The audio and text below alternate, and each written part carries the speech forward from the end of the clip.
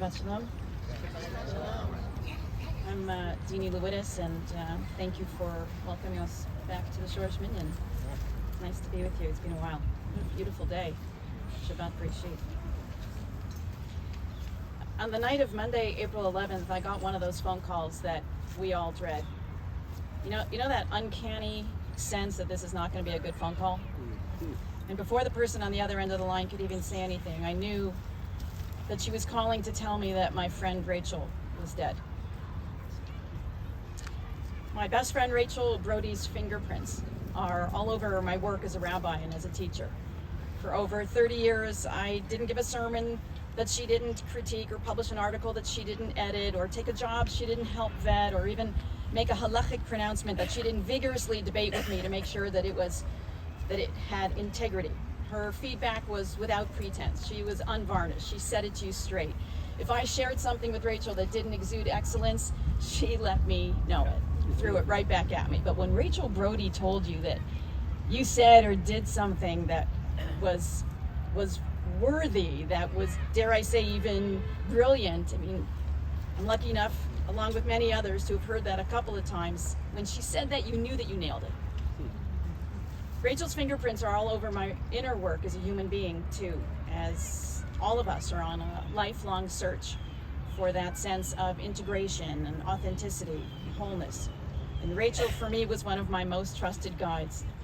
For over 30 years, she lovingly and devotedly held a mirror up to me. Rachel would show me my strengths, which I would often doubt, and she would also show me my weaknesses, which I would often deny. She always pushed me to show up in life as my best self. She was a singular and revered Jewish educator, Rachel Brody. She was a teacher's teacher.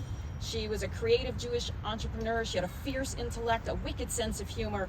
She was sharp-tongued, and she was also loving. She was prickly, but she was also compassionate, a devoted Jew and an iconoclast, a traditionalist and an innovator. She really modeled not just how to think, but how to act, and she broke every mold in putting all of that together. I'll never forget the day over 30 years ago now when she and I were both students at JTS. I was in the rabbinical school and she was doing an advanced degree in Midrash, and we were sitting on a bench in Riverside Park, and we were trying to put to words what it is that we were both called to do, and she just was able to grasp and articulate it in a way that has been part of what I've been doing for the last many decades. Rachel said, you know, we knew that we're not going to be academics teaching in dispassionate classrooms. We weren't going to be scholars living in libraries, poring over archives. We were going to be, as she put it, modern translators and transmitters. Modern translators and transmitters of a 4,000-year-old tradition. And we were going to encounter people in all different kinds of settings that were ripe for learning and growth, in synagogues and JCCs and art studios and coffee shops, mountaintops, and in the parks. We were going to help people build bonds with their Jewish past, with their own Jewish present, and with our collective Jewish future. Translators and transmitters. And while Rachel was not an ordained rabbi, she was my Rebbe, and I will always be her chassid. Her life was very suddenly and very tragically cut short before she could share the fullness of her spectacular Torah. And so it's up to me and the many others that she touched to now teach it in her name. And so I want to offer this commentary on Parshat Breshit in honor of my friend and my teacher, Rachel Brody, Zichrona Livracha.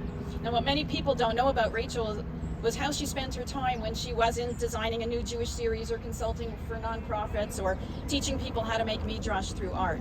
Rachel had a side passion, which she even turned into a side business, of personal organizing. So whether with your stuff or your time or your ideas, if you were a writer, Rachel was a genius at decluttering your mess and putting it into neat, sensible, functional packages. Her personal assembly of files and documents and presentations would make any educator, and I think even any interior designer, drool with envy.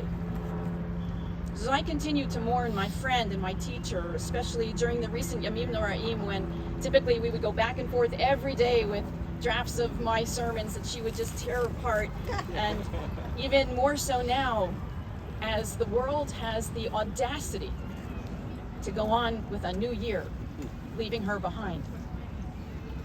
I find myself wondering about the connection between Rachel's passion for Torah and her passion for order, her passion for innovation and recreation, and her passion for organizing. And I think I might have found a clue to that connection. Some of you know that I come from Montreal, and my family has a long history in the Laurentian Mountains, where we were blessed to have a home in Ivry-sur-le-Lac since 1965. My connection to that place, I think of it as my Garden of Eden, as my Zion of the West, is deep and it's intense.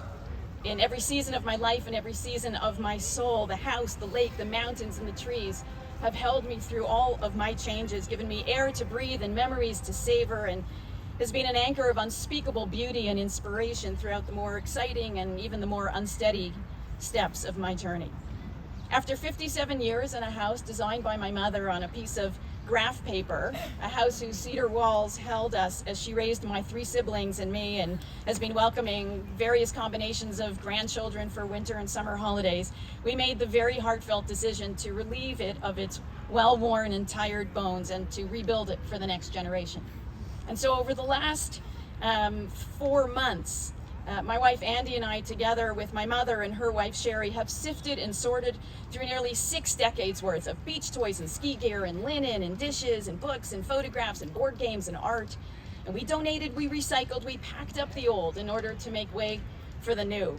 And it was physically and emotionally draining. It was really an incredibly difficult, painful, arduous experience. And we completed it all on the eve of this season of renewal, the grand season of the High Holy Days, and even in this very moment of the season of renewal of our weekly Shabbats with the reading of Parashat Breshit today.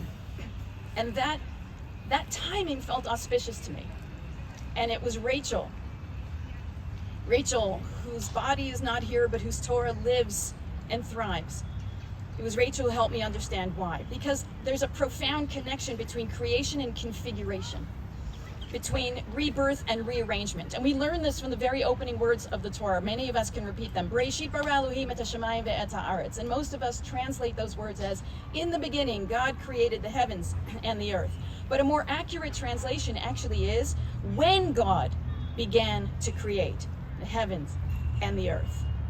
Our search to understand the origins of the universe has captivated mystics and scholars and scientists for millennia and has driven so much in the field of cosmology. In fact, it was just this past summer that NASA unveiled the James Webb Space Telescope, where we keep getting these unbelievable pictures of what the universe might have looked like 13.8 billion years ago.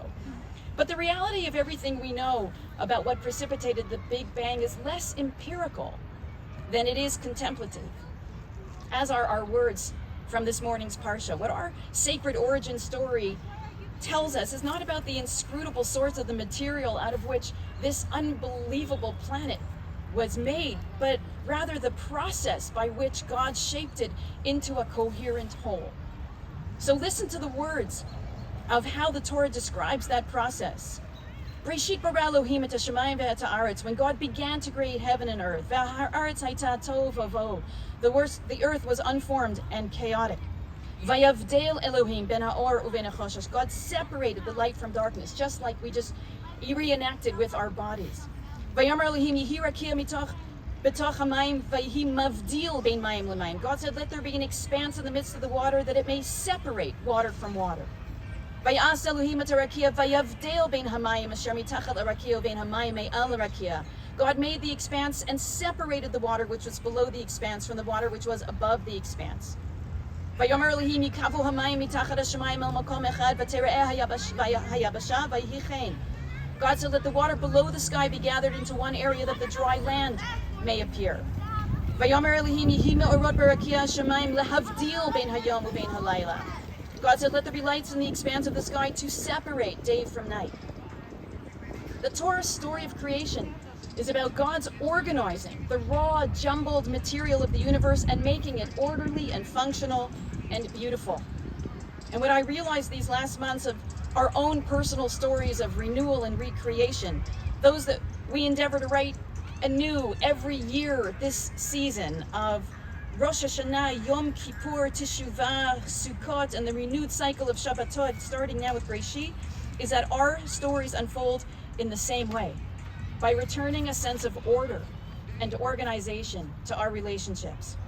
Because Jewish beginnings, as we know, are not about wiping a slate clean and starting over. We don't erase the past year or the past week or the past day or the past hour and pretend that they didn't exist.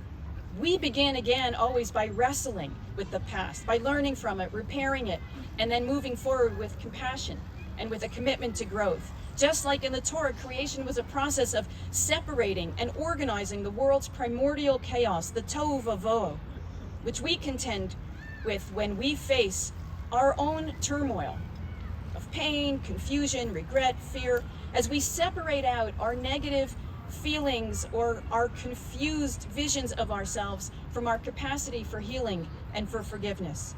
We unravel our complex and often conflicting feelings of longing and anger, loneliness and resentment, despair and hope, until we can pull out and elevate the emotion that matters most of all, which is love.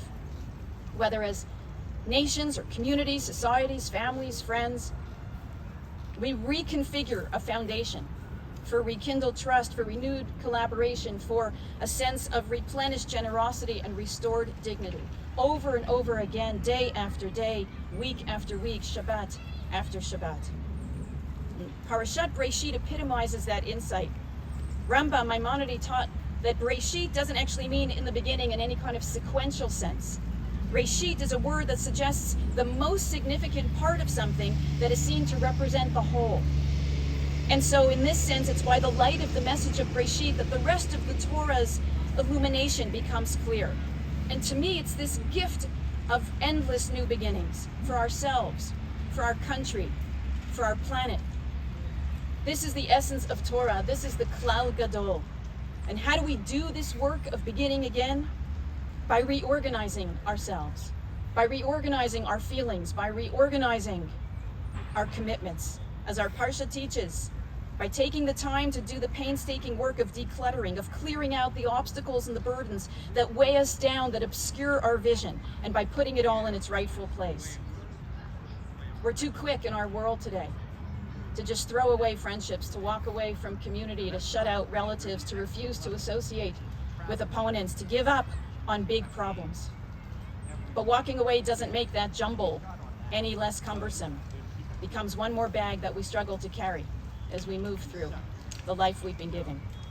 And untangling our knotted feelings and our knotted ideas isn't only for the purpose of reweaving them into something new, but it's also to be able to see each one in their own light, to hold and honor the pain and sometimes even the confusion that we carry. And that's so hard to do. It is so much easier to avoid that by focusing on one or the other source of what is troubling us.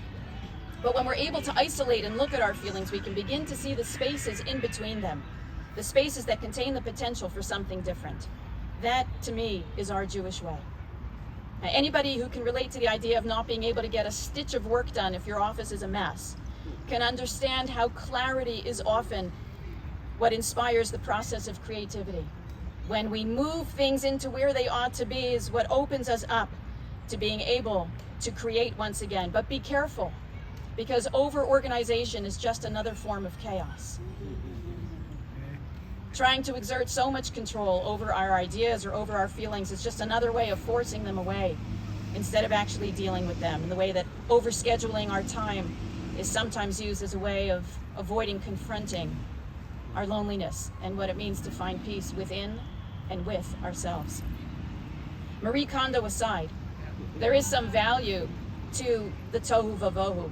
Dr. Miriam Faust, who's the director of the Brain and Language Lab at Bar-Ilan University, writes about how critical the experience of the tohu vavohu is, of the chaotic breakdown of our norms and patterns, because without them, we compromise our ability to ever conceive of new ways of thinking of being, to be able to see new ways of putting the pieces of ourselves back together into different and hopefully better constellations.